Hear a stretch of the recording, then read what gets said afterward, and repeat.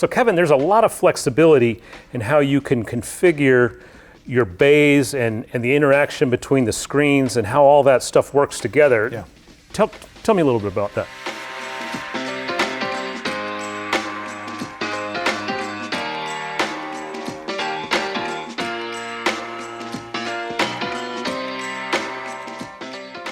Well, in preferences, inside setup, there's this screen here that allows you to separate out just a screen or isolate a bay for a two-man operation. Like maybe like for example, I mix front of house on Foo Fighters fundraiser when the front of house guy Brian wasn't available and Ian was mixing monitors right here.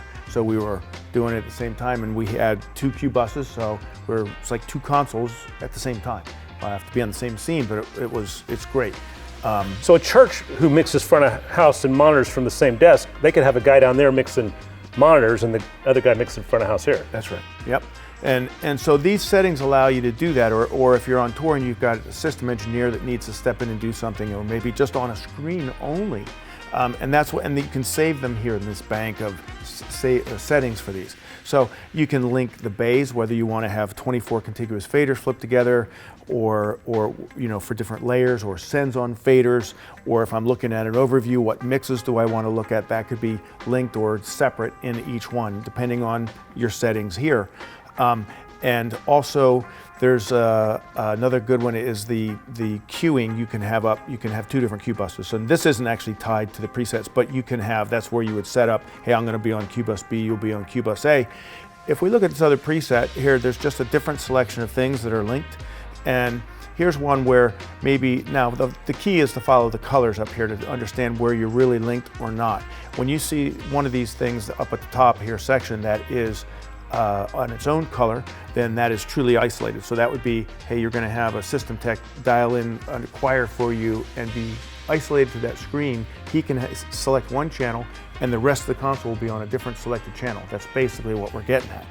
And here would be maybe a two-man operation where this person would be the monitor guy and he's got his own Q bus, etc. And he could have a selected channel. And so if I select a channel, I've got guitar 2 over here and you've got channel 36 over there.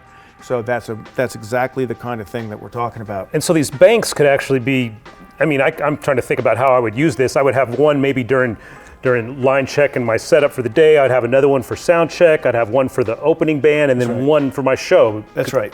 That's right. You may isolate a screen and put up full screen meters during a show, but during a line check, maybe it's an oscillator. It's exactly right. Yeah, it's a really, really helpful thing to just adjust your workflow, whether it's one-man operation or two. Now, interestingly, it's quite a bit simpler on the PM3 console. Let's take a look at that. So yeah, a lot of the options go by the wayside with just one screen, right? So because it was about your select key and various screens and what's linked together. So it's much simpler, I think maybe even a little less intimidating on the PM3 desk. And this desk is this is a one-man desk. It's only 4 inches wider than the CL5. But so if we zip through them, you just see there's fewer. You have the option of linking your bays. Do I want faders to flip together or not? But there's just one screen, so there's not all the other options. Right. Here's sends on faders is linked, and then you have your Q buses. So it's quite a bit simpler. But the important thing is that it uses the same file as the 5 and the 7 and the 10. So somebody, they may have to mess with their preferences, their surface settings, but they can take the same show file they've been using on the PM10 and open it on a PM3 and they're good to go. Yeah, I've used this exact file. In fact, these preferences I've loaded onto, I started on a PM5, but I put them on a 10 and on the 3. So yeah, same file is perfect. That's fantastic. Yeah.